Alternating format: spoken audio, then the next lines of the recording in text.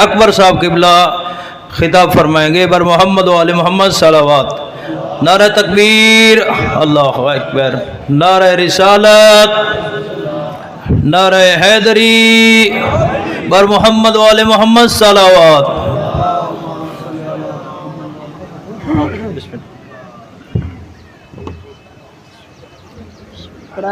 सलामती उलमाए हक का बुलंदतर सलवात। कितना टाइम लगता है? अच्छा शाबाश।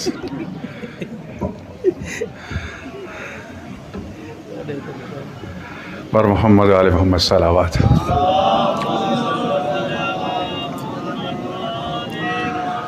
रहमल्लाहु मन क़रा अल फ़ातिहा। बिस्मिल्लाहिर रहमानिर रहीम।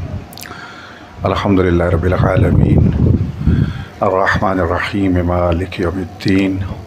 इय्याका नअबुदु व इय्याका नस्तईन।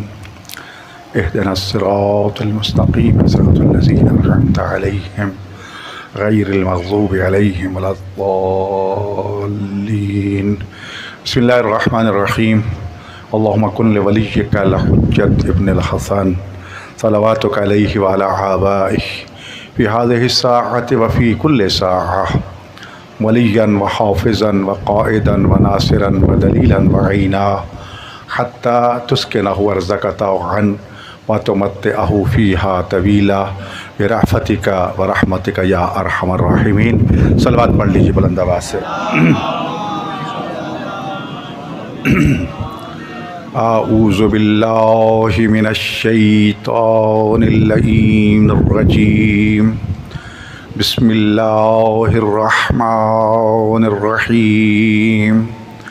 अल्हम्दुलिल्लाहि रब्बिल आलमीन वल आक़िबतु लिल मुत्तक़ीन वस्सलातु वस्सलामु अला ख़ातमिल अंबिया वल मुरसलीन अबिल क़ासिम मुहम्मद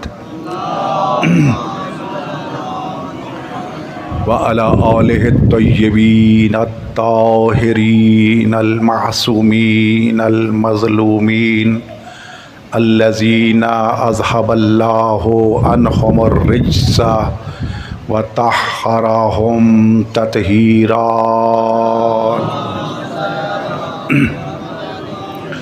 व लअनतुल्लाहि अला अदाइहिम अजमईन मलऊनीन मिन यौमि अदावतिहिम इला यौमिद्दीन। अम्मा बअदु फ़क़द क़ालन नबिय्यु सल्लल्लाहु अलैहि व आलिहि वसल्लम इंतज़ारुल फ़रज अफ़ज़लुल इबादह। सलवात पढ़ लीजिए बुलंद आवाज़ से। सबसे पहले खुदावंद मुताल के हुज़ूर सदीक़ा कुबरा फ़िल आलमीन सैयदा तय्यबा ताहिरा शफ़ीआ रोज़ जज़ा जनाब ज़हरा सलामुल्लाह अलैहा, उनके बाबा, उनके शौहर नामदार, उनके मासूम फ़र्ज़ंदों के वसीला जलीला से दुआ करते हैं कि मालिक कायनात इस इदारा के बानियान जो दुनिया से जा चुके हैं उनको आला इल्लियीन में मकाम बुलंद व रफ़ी अता फ़रमाए। जो मौजूद हैं उनको तूले उम्र सेहत व सलामती अता फ़रमाए। जितने असातीद उलमा तलबा यहाँ से फ़ारिग होकर तबलीग दीन मुबीन इस्लाम में मशगूल हैं, अल्लाह ताला उनकी तौफ़ीक़ात में इज़ाफ़ा फ़रमाए, मुआविनीन की तौफ़ीक़ात खैर में इज़ाफ़ा फ़रमाए। ख़ास तौर पर हज़रत अल्लामा सैयद आशिक़ हुसैन नकवी जो ज़िला झंग के मदारिस के ख़ास तौर पर सरपरस्त और ख़ास तौर पर इस जामियातुल गदीर के रूह रवा हैं, अल्लाह ताला उनको सेहत कामिला आजिला अता फ़रमाए, तूल उम्र अता फ़रमाए, उनका साया पूरी उम्मत के सरों पर मुस्तदाम हो। दुआ कीजिए कि मालिक कायनात अर्ज़ी और समावी वलियात से हम सब को महफूज फ़रमाए। इस वक्त जो पूरी मखलूक जिन इब्तलाआत से दो चार है, बीमारियों से, मुश्किलात से, अल्लाह ताला उससे हमें निजात अता फ़रमाए। आलम इस्लाम को इत्तेहाद, वहदत और यगानगत की तौफीक अता फरमाए। हमारे अज़ली दुश्मन जो सदियों से इस्लाम, मुसलमान और ख़ास तौर पर पाकिस्तान के वजूद के मुखालिफ हैं, अल्लाह ताला उनको तबाह बर्बाद फरमाए। और इस वक्त जो इस्लामाबाद पे उम्मत इस्लामिया के वज़राए ख़ारजा का अजलास हो रहा है, खुदा करे कि ये अजलास उम्मत को जोड़ने का काम दे और उम्मत मोहम्मदिया की जो खुदा ने नेमतें अता फ़रमाई थी, जो इज़्ज़त व वक़ार अता किया था, अल्लाह ताला करे कि उसको हम वापस लौटाने में कामयाब हो सके। उलमाए आलाम मराज उज़ाम का साया हमारे सरों पर कायम दायम हो। खुसूसन मराज नजफ़ और कुम जो हैं वो अल्लाह की नेमत हैं आज के दौर में, कि जिसका हमें एहसास नहीं है कि उनका वजूद कितनी बरकत है। अल्लाह ताला उनका साया हमारे सरों पर कायम दायम फरमाए। मराकज़ इल्मिया, ये मदारिस जो हकीकत में दीन मोहम्मद आले मोहम्मद और यतीमान आले मोहम्मद, अपने शियों के बारे में इमाम सादिक़ अलैहिस्सलाम फरमाते हैं कि हमारे शिया ये हमारे यतीम हैं, इनको सरपरस्तों की ज़रूरत है और उनके सरपरस्त उलमा हैं जी। तो ये मदारिस जो हैं उन यतीमान आले मोहम्मद की पनाहगाहें हैं, ये उनके मोर्चे हैं। अगर ये मदारिस ना हों तो आप लावारिस हैं और आपका कोई हिफाजत करने वाला नहीं है। दुआ कीजिए कि अल्लाह ताला इन मदारिस को कायम दायम रखे और इनको शर्र हासिदीन, जुहला के शर से महफूज फरमाए और सही मानों में जिस तरह मकतब मोहम्मद आली मोहम्मद के मदारिस होने चाहिए, इनको ऐसा किरदार अदा करने की तौफीक अता फरमा। हम सबको सरकार हुज्जत इब्न अल हसन अल अस्करी इमाम ज़मा अलैहिस्सलातु वस्सलाम की ज़ियारत नसीब फरमा, उनके आवान और नसार में शुमार फरमा, हमारा ख़ात्मा मोहब्बत मोहम्मद आले मोहम्मद फरमा। सभी मिल के बुलंद आवाज़ से सलवात पढ़ लीजिए। इज़्ज़त गिरामी, एक तालिब इल्म की हैसियत से बुज़ुर्ग उलमा की खिदमत में हाज़िर हुआ हूँ। चंद चीज़ें जो मैं आपकी खिदमत में अर्ज़ करना चाहता हूँ वो रिवायती मजालिस से हटकी होंगी, जिसके आप सुनने के आदी हैं और आपको उसी चीज़ का एक नशा दे दिया गया है और उस नशे से निकलने को आप तैयार नहीं हैं। यही वजह है कि आप ख्वाब गफलत में डूबे हुए हैं, बेहोश हैं, गाफिल हैं। तुम्हें कोई इस चीज़ की फ़िक्र नहीं है कि दुश्मन तुम्हारे साथ क्या खेल खेल चुका है और क्या खेल वो खेलना चाहता है। हम ज़बानी तौर पर तो बड़े नारे लगाते हैं विलायत के भी, और पता नहीं सबसे बड़ी बात तो जिसको शायद पहले भी मैंने यहाँ अर्ज़ किया था कि हमारी शिया कौम जो है वो ज़ाकिरीन वाइज़ीन खुतबा के लिए डिग्रियाँ बांटने में तो इतनी सखी है कि शायद इतनी रेवड़ियाँ सस्ती ना हो जितनी ये डिग्रियाँ सस्ती हैं। इश्तिहार पढ़ के देखो तो इंसान परेशान हो जाता है। हाँ, ये मुफस्सिर कुरान, मुहाफ़िज़ विलायत, वकील विलायत और पता नहीं क्या क्या वो चीज़ें लिखती जाती हैं। कोई ये नहीं सोचता कि मैं जिसको ये एजाज़ दे रहा हूँ उसको वुज़ू भी ठीक है या नहीं, उसे गुस्ल का भी पता है या नहीं, उसकी नमाज जनाजा भी ठीक है या नहीं जी। तो छोटी सी मिसाल तंज़ नहीं करना चाहता, हकीकत बयान करना चाहता हूँ जी। चंद दिन पहले एक बुजुर्ग ज़ाकिर, बड़ा नेक शरीफ सैयद मोहसिन शफकत काज़मी, मेरे साथ हज भी किया, बड़े नेक ज़ाकिर थे, बड़ी सारी ज़िंदगी उनकी ज़िक्र अहले बैत में गुजरी और उस मरहूम का नमाज जनाजा पढ़ाने वाला आप लोगों ने सोशल मीडिया पर सुन लिया होगा, जिसे जनाजे की नीयत नहीं आती थी, जिसे उन दुआओं का पता नहीं था, जहाँ मैयत के लिए दुआ करना थी वो अपने लिए दुआ कर रहा था जी। और पत्नी क्या कुछ उसमें आप लोगों ने सुन लिया, कोई ये बताने वाली बात नहीं है। और फिर ये तावील और तौजीह पेश की जा रही है कि मुझे वसीयत थी। मैं नहीं समझता कि सैयद मोहसिन शफकत काज़मी इतना जाहिल था कि ऐसे जाहिल को वसीयत करे। ये सिर्फ अपने उस खामी को पुर करने के लिए किया गया। काश के मदरसा का मुंह देखा होता जी, किसी मदरसे में नमाज इमामिया ही पढ़ ली होती ना तो शायद वो ऐसे ना करता। ऐसा नहीं गिरामी, कल क्योंकि इमाम ज़मा अलैहिस्सलातु वस्सलाम का यौम विलादत गुजरा है, जो इस कायनात के वारिस हैं, इस ज़माने के वारिस हैं, जिनके वजूद मुक़द्दस के सदक़ा में अल्लाह ताला की नेमतें नाजिल हो रही हैं। ये अर्ज़ समा कायम है तो उनके वजूद मुक़द्दस के सदक़े में अगर हम आज़माइश और बलियात और अज़ाब इलाही से बचे हुए हैं तो उनका वजूद मुक़द्दस बुनियादी हैसियत रखता है। और अगर वो हमारे सरपरस्त, मददगार, मुआविन ना होते तो हमारे लिए ज़िंदगी गुजारना, जिंदा रहना मुश्किल हो जाता। इसलिए मेरे भाइयों, ये हदीसें तो आपने बारहा सुनी कि मम मात वलम यारफ इमाम ज़मान ही मात मीततन जाहिलिया, कि जो अपने ज़माने के इमाम को नहीं पहचानता अगर मर गया तो जहालत की मौत मरेगा। सारे इमाम हैं, 12 के 12, सबकी इमामत पे ईमान रखना वाजिब है, उनकी इस्मत पे, उनकी इमामत पे, उनकी विलायत पे। अल्लाह के मुंतखब नुमाइंदे हैं, अल्लाह के चुने हुए हैं। रसूलुल्लाह सल्लल्लाहु अलैहि वसल्लम के बाद पूरी कायनात में सबसे अफजल बरतर अगर कोई हस्ती है तो अली इब्न अबी तालिब अलैहिस्सलातु वस्सलाम, उनके बाद उनकी औलाद। लेकिन मार्फत जो हम पे वाजिब है, जिनकी हम रियाया हैं, जिनके दौरे इमामत में हम जिंदगी बसर कर रहे हैं, वो यूसुफ ज़हरा हजरत हुज्जत इब्न अल हसन अल अस्करी इमाम ज़मा अलैहिस्सलातु वस्सलाम है।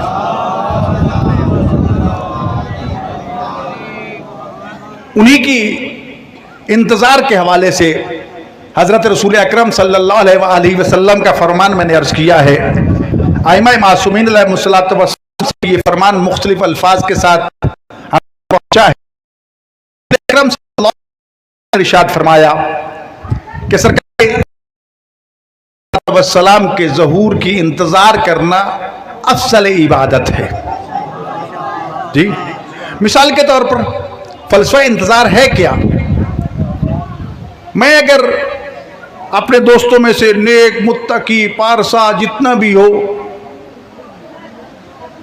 उसको अपने जहन में सोचता रहूं, तसव्वुर करता रहूं, उसका नाम ज़बान पे जपता रहूं, वो इबादत नहीं होगा। लेकिन मासूमीन में से किसी भी मासूम को जहन में लाना, तसव्वुर में लाना, वो भी इबादत है।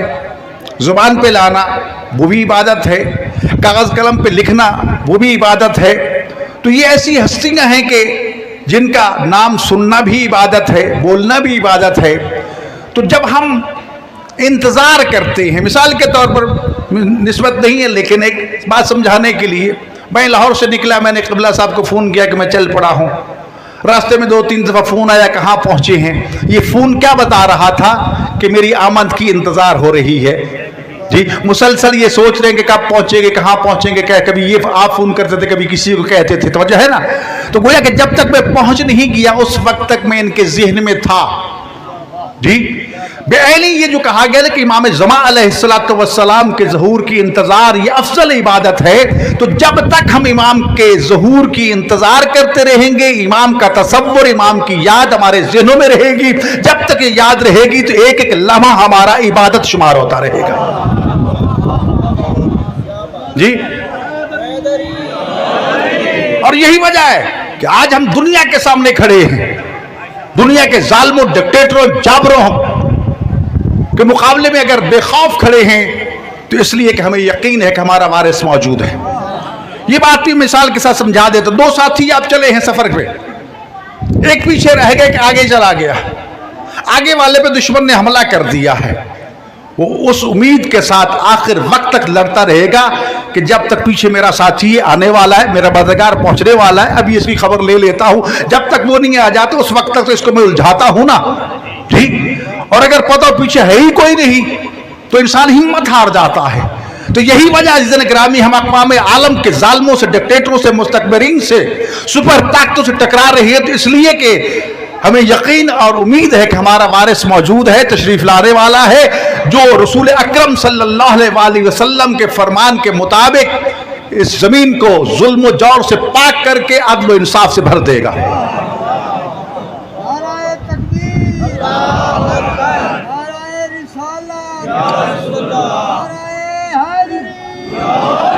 और यहां एक बात मैं करना चाहता हूं, क्योंकि मदरसा का जलसा है, उलमा तशरीफ फरमा है, हमें थोड़ा सा रवायती अंदाज को तब्दील करके हालात हाज़रा के साथ टच रहने की जरूरत है। जिस तरह हजरत इमाम जाफर सादिक अलैहिस्सलातु वस्सलाम का यह फरमान है कि अल आलिम बिज़मानिही ला यहजुम ला तहजुम अलैहि लवाबिस, जो जमाने के हालात से बाखबर रहता है ना कि शहर में क्या होने वाला है जी, क्या तब्दीली आ रही है, तो वो हवासत जमाना का निशाना नहीं बनता। जो मस्त को सोया रहे, बेहोश होकर पड़ा रहे, जो हो रहा है होने दो जी। ये जो कुरान करीम में आयत है ना कि अपने आप को हिलाकत में ना डालो। हजरत इमाम जाफर सादिक अलैहिस्सलाम की खिदमत में एक यहूदी आया, आके अर्ज की के फरज़ुल रसूल, कुरान तो ये कह रहा है कि अपने आप को हिलाकत में डालो, फिर तुम ये मैदान में क्यों जाती हो, ये जंग क्यों करते हो, ये लड़ते क्यों हो, मुझे क्यों पता है वहां कत्ल हो जाओगे। तो आपने फरमाया इसका ये मतलब नहीं है, इसका मतलब ये है, मिसाल के तौर पर खुदा न खासा अगर कोई पाकिस्तान पर हमला कर देता है, हम कहें ये तो लड़ाई बॉर्डर पे हो रही है, मुझे क्या पड़ी है, मैं घर आराम से बैठा रहूं जी। दुश्मन बढ़ता बढ़ता बढ़ता बढ़ता मिसाल तौर पर जंग तक पहुंच जाते, कहते जंग बहुत दूर है, मुझे क्या, मैं तो आराम से बैठता हूं। वो चलता चलता अहमदपुर सियाल पहुंच जाए कि यार मुझे क्या, मेरे घर तो महफूज है जी, फिर भी उसे परवाह नहीं है, यहां तक कि वो तुम्हारे दरवाजे में पहुंच जाए, अब तुम्हारे लिए कोई राह फरार नहीं है, और वहां अगर तुम दुश्मन के हाथों मारे जाओ तो फरमाया ये हिलाकत की मौत है। दुश्मन के आने से पहले रास्ता रोको उसका, दुश्मन पे निगाह रखो, और कभी दुश्मन जो है वो तुम्हारी जमीनी सरहदों पे हमला करता है, और सबसे खतरनाक हमला तुम्हारे अजहान और तुम्हारी अफकार पे उसका हमला होता है। वो तुम्हारी सोचों को तब्दील करने की कोशिश करता है, तुम्हारे नजरियात और अकायद को मस करना चाहता है, और उसकी वारदात के तरीके बड़े ऐसे खामोशी से होते हैं कि इंसान सोचता है कि बड़े सब दिमाग दिखा रहा है क्या कहना, लेकिन हकीकत में वो जहरीला वार ऐसे कर रहा होता है, जहर का टीका लगा रहा होता है, आप खुशी से लगवा रहे होते, आप खुश भी हो रहे होते। बसीरत की जरूरत है, जागने की जरूरत है। मिसाल के तरीके में अर्ज करता हूं, यही मसलन रसूल अकरम सल्लल्लाहु अलैहि वसल्लम का यह फरमान है कि जब मेरा बारवा ज़हूर फरमाएगा तो जमीन को अदल और इंसाफ से उस तरह भर देगा जिस तरह जुल्म जौर से भर चुकी होगी। हदीस है ना, हम तबर्रुकन इस हदीस को पढ़ लेते हैं, समझ लेते हैं कि बात तबर्रुकन ठीक है, लेकिन हमने इसकी हकीकत को कभी नहीं जाना। अमेरिका में जब 9/11 का वाक़या हुआ तो उसके बाद अक़वाम मुत्तहिदा में एक कॉन्फ्रेंस थी, जिसका मतलब यह था कि हम दुनिया में अमन कैसे कायम कर सकते हैं, वर्ल्ड पीस कैसे मुमकिन है। तो मैं पूरे आलम इस्लाम की नुमाइंदगी कर रहा था उस इज्तिमा में, हुकूमत पाकिस्तान की भी, और कई दफ़ा सोचा कि मैं यहाँ कहाँ क्या कहूँ, ये हो जाएगा वो हो जाएगा, यहाँ तो हम ताल मटोल करके आए दाएं बाएं शाएं करके बात गुजार लेते हैं, लेकिन 110 ममालिक के नुमाइंदे बैठे हैं, प्रेसिडेंट्स बैठे हैं, वज़राए आज़म बैठे हैं, पूरी दुनिया वहाँ जमा है, और उनको फार्मूला देना कि दुनिया में अमन कैसे कायम हो सकता है। काश कि हम आइमा मासूमीन अलैहिमुस्सलातु वस्सलाम की जिंदगी के सियासी पहलू को देखते कि आइमा मासूमीन ने जालिमों, जाबरों, डिक्टेटरों, उमैया और अब्बासिया के हुक्मरानों के दरमियान रहकर किस तरह जिंदगी बसर की और किस तरह उन्होंने इस्लाम का दिफा किया। काफी सोचो विचार के बाद बिल आखिर मैंने कहा मैं मुसलमानों को नुमाइंदा हूं, तो मुझे इस्लाम की फिक्र देना चाहिए, क्योंकि तरबियत नहीं थी कि हमें इसको किस तरह लेना है। बिल आखिर ये सोच के फैसला कर लिया कि मैं तो मुसलमान हूं ना, तो लिहाजा मैंने तो इस्लामी नुक्ता नजर देना है। तो उस प्लेटफार्म पे बिल आखिर मैंने यही ऐलान कर दिया कि देखो दुनिया वालों, तुम्हारे पास ये फार्मूला नहीं है वर्ल्ड पीस का, ये मेरे पास है जी। तुम दुनिया में अमन नहीं कायम कर सकते, मेरे पास असूल है, मेरे पास कायदा है, मेरे पास वो ज़ाब्ता है जिससे दुनिया अमन और सलामती का गहवारा बन सकती है, दुनिया चौंकी। तो बताया देखो मेरे रसूल सल्लल्लाहु अलैहि वसल्लम का ये फरमान है कि जब मेरा 12वां जानशीन इमाम महदी अलैहिस्सलाम ज़हूर फरमाएंगे, ये दुनिया जुल्म जौर से भर चुकी होगी, कत्ल, गारत, लूट मार, खून रेजी, वो इस दुनिया को अदल इंसाफ से इस तरह पुर कर देंगे जिस तरह जुल्म जौर से भर चुकी होगी। अगर वर्ल्ड पीस चाहते हो, आलमी अमन चाहते हो कि ये हमारा जमीन का टुकड़ा जो है, ये कुर्रा अर्जी जो है अमन और सलामती का गहवारा बने, तो आओ इमाम ज़मान अलैहिस्सलाम को पहचानो, यूसुफ ज़हरा इमाम महदी अलैहिस्सलाम की तालीमात को समझो, उनकी सीरत को समझो, उनका इस्तकबाल करना है तो उसके लिए तैयारी करो। यकीनन उनकी तालीमात जो हैं इस दुनिया को अमन और सलामती का गहवारा बना सकती हैं। कहने को मैंने अपनी तरफ से गैर यकीनी कैफियत नहीं किया, लेकिन कॉन्फ्रेंस उलट के रख दी। दुनिया जहां का मीडिया मुझसे इमाम महदी अलैहिस्सलाम के बारे में सवाल कर रहा था। और याद रखो, इमाम महदी अलैहिस्सलाम सिर्फ शियों के नहीं है, सिर्फ मुसलमानों के नहीं है। आज मस्जिद नबवी में चले जाओ, मदीना मुनव्वरा में, ये सारे के सारे इमाम 12 आइम्मा के नाम आपको मस्जिद नबवी में लिखे हुए मिलेंगे जी। हजरत इमाम अली अलैहिस्सलाम से लेकर इमाम महदी अलैहिस्सलाम तक तमाम आइम्मा के नाम मस्जिद नबवी लिखे हुए। इसका मतलब यह नहीं है कि इमाम महदी अलैहिस्सलाम सिर्फ शियों के हैं। हाँ, ये नजरिया थोड़ा सा इख्तलाफी है। हम कहते हैं कि आपकी विलादत बासआदत जो है 15 शाबान 255 हिजरी में हो चुकी है। अहले सुन्नत कहते नहीं अभी विलादत होनी है, बाज उनके मकातिब। लेकिन इज़्ज़त गिरामी हुक्म इलाही से गायब है। उनके ज़हूर की इंतजार का मतलब ये नहीं है कि हम मुंह लटका के बैठे रहें, हाथों पे हाथ धर के बैठे रहें।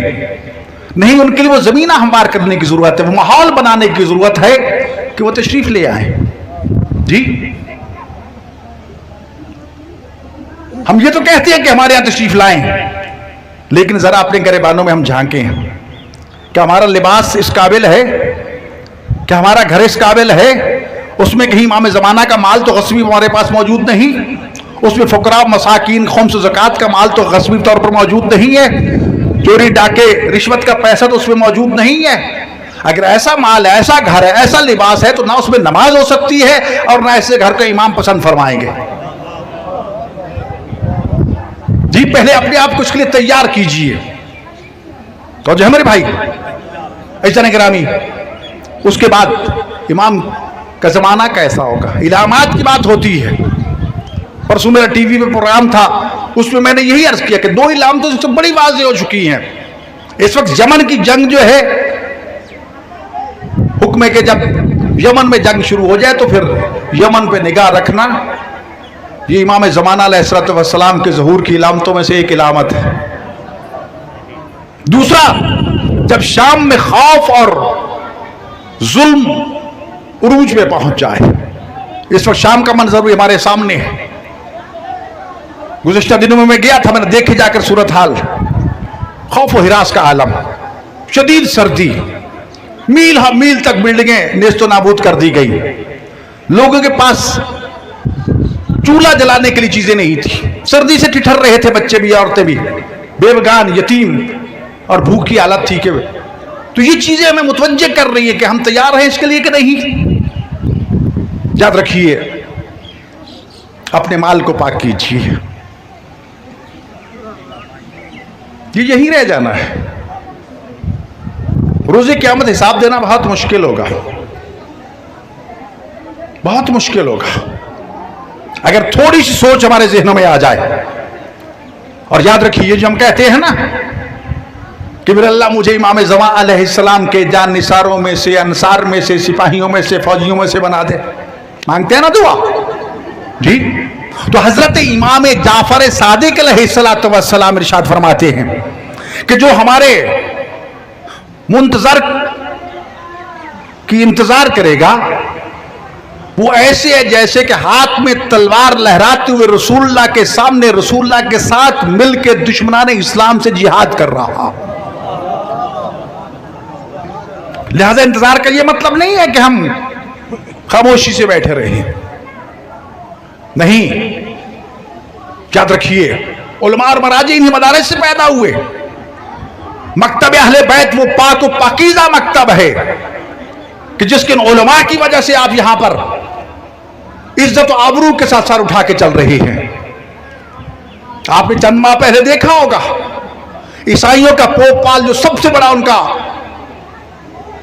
जिसको कुछ हजरत ईसा की जगह पे समझते हैं, वो रूम से चल के नजफ अशरफ की तंग गलियों में हजरत आयतुल उज़्मा सैयद अली सिस्तानी के घर पहुंचा जी। जिन्होंने वो घर देखा है ना, ज्यादा से ज्यादा मेरे ख्याल में वो 10 मरले का होगा, चलो ये लगा लो जी। 10 मरले में दीवार के साथ सीमेंट का बेंच बना हुआ है, जिसपे एक गद्दी रखी जिसपे आप बैठते हैं। घर भी पुराना, और ये भी शायद खबर है कि किराए का घर है। एक छोटी सी टूटी गली, उस जगह पे वो शख्स आता है जिसके सामने अमेरिका का हुक्मरान और सदर भी सर झुका के मिलता है। दुनिया में वही सबसे बड़ा मुतकब्बिर समझा जाता है, सुपर ताकत का नुमाइंदा। लेकिन ये एजाज मकतब मोहम्मद और आले मोहम्मद के उन उलमा को हासिल है, उन फुकहा को हासिल है, उन मराजे को हासिल है। वो चल के जाता, क्यों वजह क्या थी? कभी सोचा है आपने? ये मकतब आले मोहम्मद की तालीमात थी। सिर्फ इल्म हासिल कर लेना आलिम नहीं होता। हजरत इमाम मोहम्मद बाक़िर अलैहिस्सलातु वस्सलाम इरशाद फरमाते हैं, आलिम वो है जो इल्म पर अमल करता हो। यहां एक बात मैं आप सब सामीन के लिए अर्ज करना चाहता हूं। उलमाए किराम तशरीफ फरमा है, आलिम के लिए नहीं कहा गया कि उसके पांव तले फरिश्ते पर बिछाएंगे। बेशक उसकी जियारत का सवाब बहुत बड़ा, बेशक उसका एक लम्हा गौर व फिक्र करना आबिद की 70 साल की इबादत से अफजल है। क्यों? आबिद जितनी भी नमाजें पढ़े, जितने भी रोजे रखे, जितनी भी इबादत करेगा, अपने आप को जहन्नम से बचाएगा। लेकिन एक बुजुर्ग आलिम जब गौर व फिक्र करेगा तो इसकी सोच कई नस्लों को जहन्नम से बचा लेगी। वो नस्लों का मुहाफिज बन जाता है। दाइश ने इराक पे कब्जा कर लिया, करीब था कि करबला पे और नजफ पे कब्जा हो जाए। उस वक्त आपके नजफ के ये 90-95 साल के बुजुर्ग उलमा जो मराजे अरबा कहलाते, हजरत आयतुल उलमा सैयद अली सिस्तानी हफज़हुल्लाह, आयतुल उलमा शेख हाफिज बशीर हुसैन हफज़हुल्लाह, जो आपके पाकिस्तान के लाहौर के, आयतुल सैयद सईदुल हकीम रहमतुल्लाह फौत हुए हैं अभी, हजरत शेख इसहाकुल फयाज हफज़हुल्लाह, इन चारों ने सर जोड़ा और उस वक्त जिहाद का हुक्म दिया। वो भी सिर्फ अहले इराक के लिए, सबके लिए नहीं। पूरा इराक सड़कों पे आ गया था एक फकीह के कहने पर। वो दाइश जो 30 साल का मंसूबा बना के आई थी, उसे 3 महीनों में इस तरह जिले रुसवा करके निकाल दिया। आपने वीडियो देखा है, सोशल मीडिया का दौर है कि दाइश वाले औरतों को जंजीरें डाल के सड़क पे $100 में कनीजे बना के बेच रहे थे। जब कोई रास्ता नजर ना आया ना कि इनको कैसे आजाद कराया जाए, तो आयतुल्लाह सिस्तानी हफज़हुल्लाह ने यह हुक्म दिया अपने मुक़ल्लिदीन को, जाओ बिला तफरीक मजहब मिल्लत, वो सुन्नी है, वो शिया है, वो यहूदी है, वो यजीदी है, वो ईसाई है, उन औरतों को $100 दे के खरीदो और इज्जत और एहतराम के साथ उन्हें उनके घरों में पहुंचाओ। जी, यह अमल था, ये किरदार था मकतब अहले बैत के आलिम का। जब उन कनीजों को पहुंचाया गया बाइस्तरा उन जालिमों के, ये वो अमल था कि जिसने ईसाइयों के सबसे बड़े पोप को मजबूर कर दिया। दुनिया बरता हैरत में थी कि ऐसे किरदार के मालिक भी दुनिया में मौजूद हैं। जी, सिर्फ शुक्रिया अदा करने के लिए उनके दरबार में पहुंचे।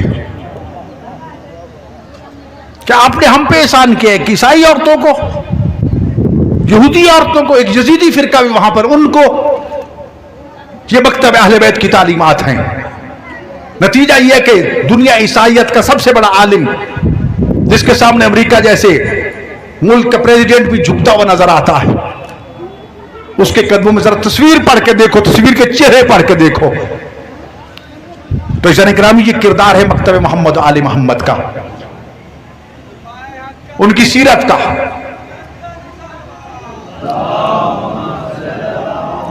इस वक्त अफसोस यह है कि गैर जिम्मेदार उलमा, कहने को मैं उलमा कह रहा हूं, याद रखिए मैं तालिब इल्म की बात कर रहा था कि तालिब इल्म के पांव तले, बोलो ना जरा,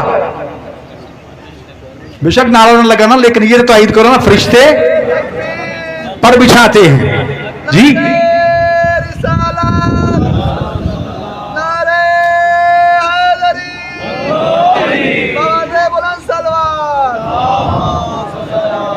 और इसी आप कहते हैं दर्स का है करबला, मजलिस को दर्स का है करबला कहते हो ना जी, यानी करबला का मदरसा। और जब घर से चलते हो मजलिस के लिए, तो अगर नियत कर लो कि हम तालिब इल्म बन के जा रहे हैं इमाम हुसैन के मदरसा में, जी हम सीखने के लिए जा रहे हैं इमाम हुसैन की दरसगाह में। इसलिए इमाम जाफर सादिक अलैहिस्सलातु वस्सलाम का फरमान है, नहनुल उलमा व शिय्अतुना हुमुल मुतअल्लिमून, कि आलिम तो हम मोहम्मद आले मोहम्मद है, हमारे सारे शिया तालिब इल्म है जी। तो अगर तालिब इल्म की नियत करके घर से चलोगे कि मकतब हुसैन में जा रहा हूं सीखने के लिए, तो आप बन गए तालिब इल्म। और इमाम हसन अस्करी अलैहिस्सलातु वस्सलाम इरशाद फरमाते हैं, हमारे दीन का तालिब जो है जब वो घर से मकतब की तरफ चलता है तो उसके पैरों तले फरिश्ते पर बिछाते हैं।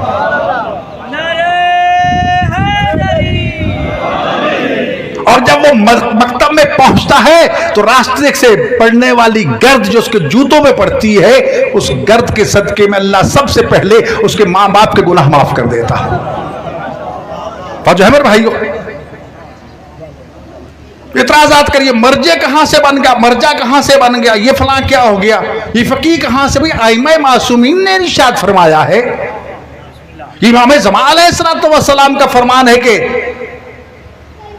जब तुम्हें हवासात जमाना का सामना करना पड़े, नए नए मसाइल आए, नए नए मामलात है और फैसला न कर सको,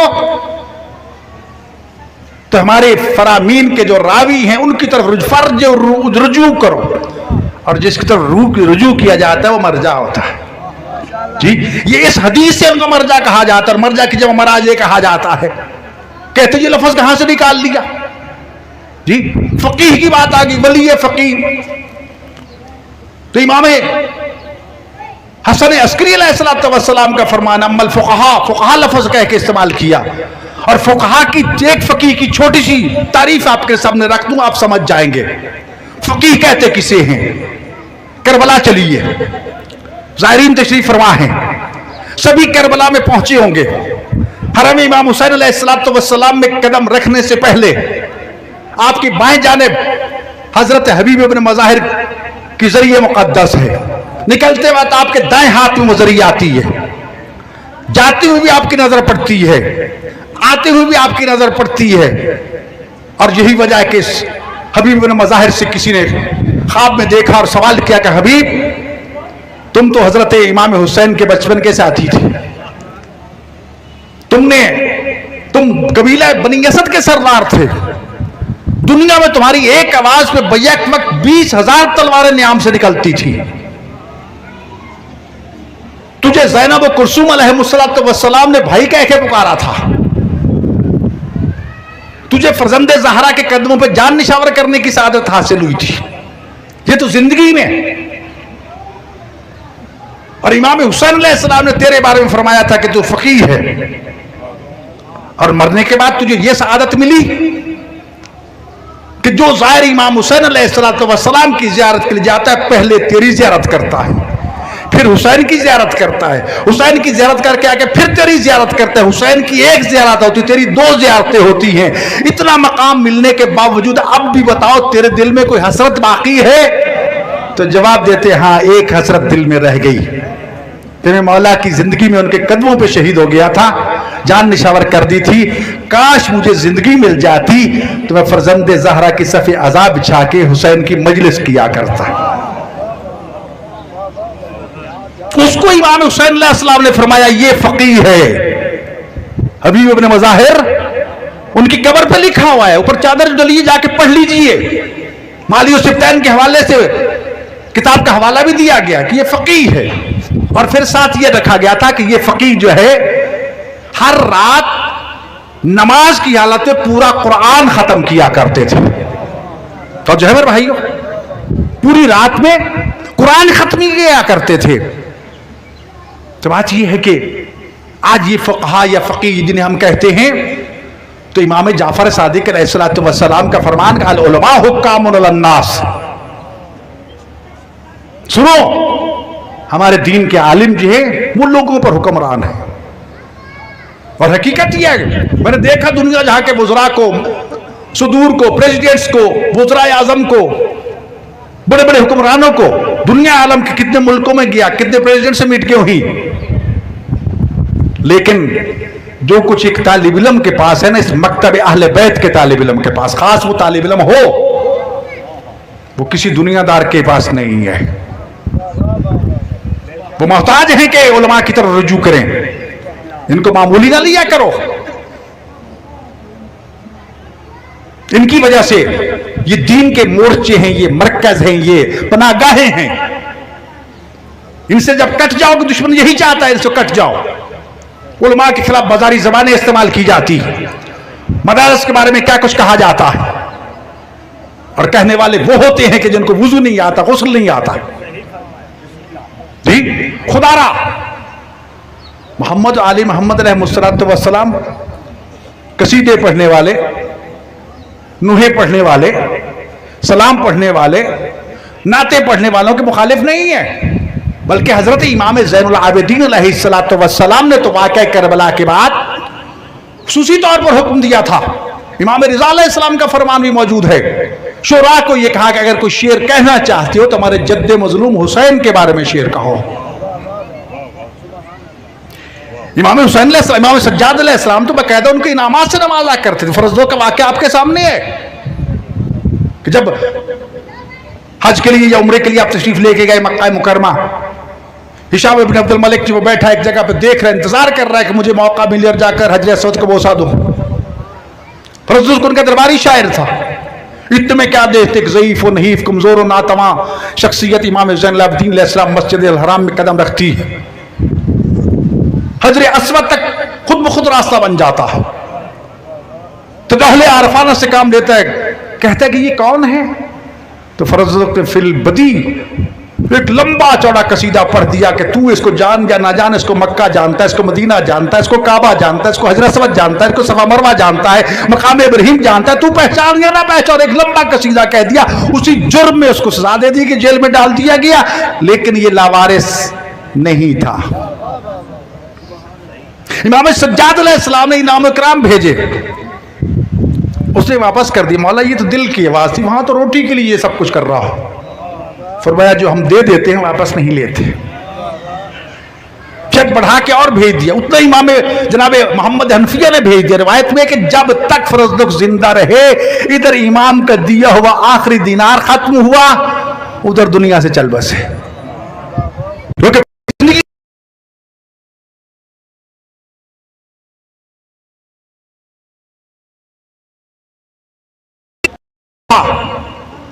100 आदमियों के, 100 आजादारों के आंखों से आंसू आ गए, जन्नत वाजिब हो जाएगी। फरमाया नहीं ना 50, हदीस 50 की है, 50 की आंखों से आंसू आ गए, जन्नत वाजिब। फरमाया नहीं 50 ज्यादा है, 40, फिर 40 को कम, फरमाया नहीं 30, फिर 20, फिर 10, फरमाया नहीं ये भी ज्यादा। फरमाया एक पढ़े एक सुन ले, फरमाया नहीं ये भी बहुत ज्यादा है। फरमाया खुद पढ़े और खुद रो दे, उसमें जन्नत वाजिब हो जाएगी। लेकिन याद रखो, ये अशआर, ये कसायद, ये नात मनकबत, मुझे ये बताओ, एक चलो मन कह लेता हूं या 100 किलो कह लेता हूं, दूध में अगर एक कतरा पेशाब डल जाए तो आप पिएंगे जी? एक कतरा पेशाब, क्यों? उसमें पेशाब डल गया है, वो नजस हो जाएगा सारे के सारा। इतना पाक पकीज़ा जिक्र, इसमें अगर फिल्मी गानों की तर्जें आ जाए और तुम सुन रहे हो कसीदा, आए हो जिक्र मोहम्मद आले मोहम्मद सुनने के लिए, तुम्हारे ज़हन को करबला की तरफ मोड़ना था, आले मोहम्मद की तरफ मोड़ना था, तुम्हारा ज़हन चला गया फाहिशा औरतों के गानों की तरफ, तुम्हारा ज़हन चला गया फलां फिल्म स्टार के गाने की तरफ। तो ये पाक पकीज़ा जिक्र में पेशाब का कतरा डालने के मुतरादिफ नहीं था, और क्या है? बड़ी कोशिश की हमने लोगों ने, मुकस्सिर हैं जी, ये जी फलां हैं जी, ये जी फलां हैं जी, ये इल्जामात लगाना शुरू कर दिए। इस्लामी निज़ाती काउंसिल जो पाकिस्तान का आईनी इदारा है, सेनेट और कौमी असम्बली के ऊपर, जिसका काम यह है कि तमाम कवानीन कुरान और सुन्नत के मुताबिक बनाए जाएं। आईने पाकिस्तान के मुताबिक जो भी कानून बनेगा वो कुरान और सुन्नत के मुताबिक बनेगा। इस वक्त पूरे पाकिस्तान के शिया ने आले मोहम्मद का बोझ मुझ नाचीज के कंधों पर है। अकेला नुमाइंदे के तौर पर वहां बैठा हो। वहां एक खातून ने यही खत लिखा, हम जाते हैं कसीदे सुनने के लिए, जिक्र आले मोहम्मद, जाते हैं मनकबत ना सुनने के लिए, वहां हमें गानों की तर्जों पर चीजें सुननी पड़ती हैं। फिर यह है कि एक एक नात खान, कसीदा खान लाख लाख रुपया मांगता है, इतनी महंगी तबलीग कर दी गई मोहम्मद आले मोहम्मद की। जी भाई खुदारा छोड़ दो इन चीजों को। मासूम फरमाते हैं हदीस किताब पढ़ो घर में,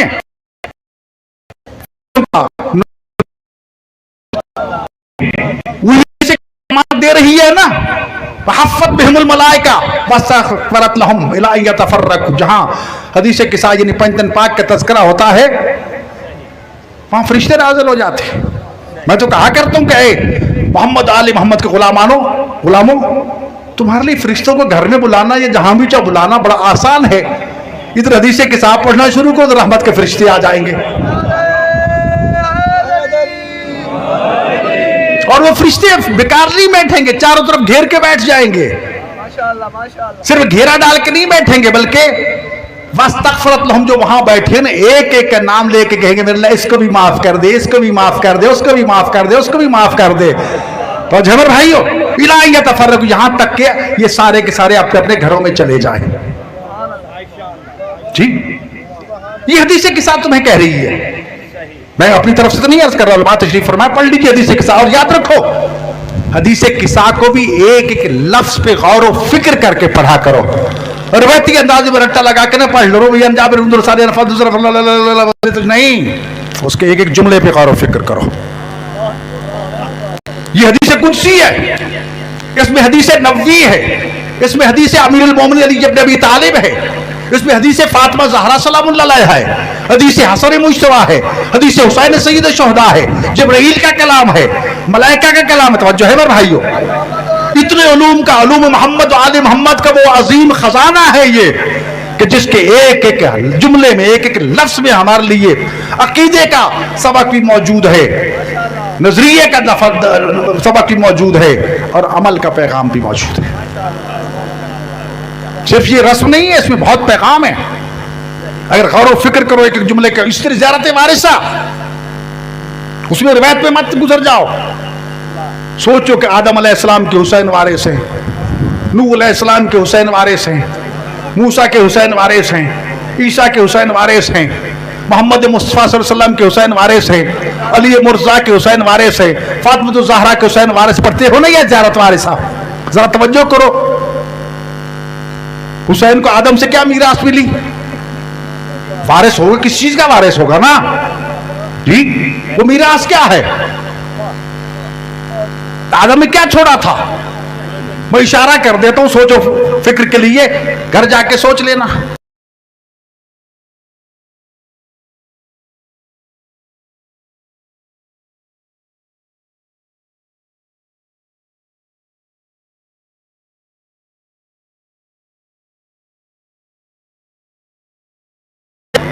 तो ऐन हकीकत है जी, हुसैन खलीफतुल फिल अर्ज़ नहीं है, खलीफतुल फिल आलमीन है, लेकिन जमीन की खिलाफत तो बतौर मीरास आदम अलैहिस्सलाम से मिल गई थी जी।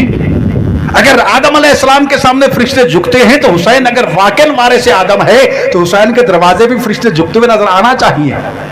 3 शाबान देख लीजिए, 70,000 फरिश्तों का लश्कर लेके जिब्राइल अमीन दर हुसैन पे मौजूद हैं।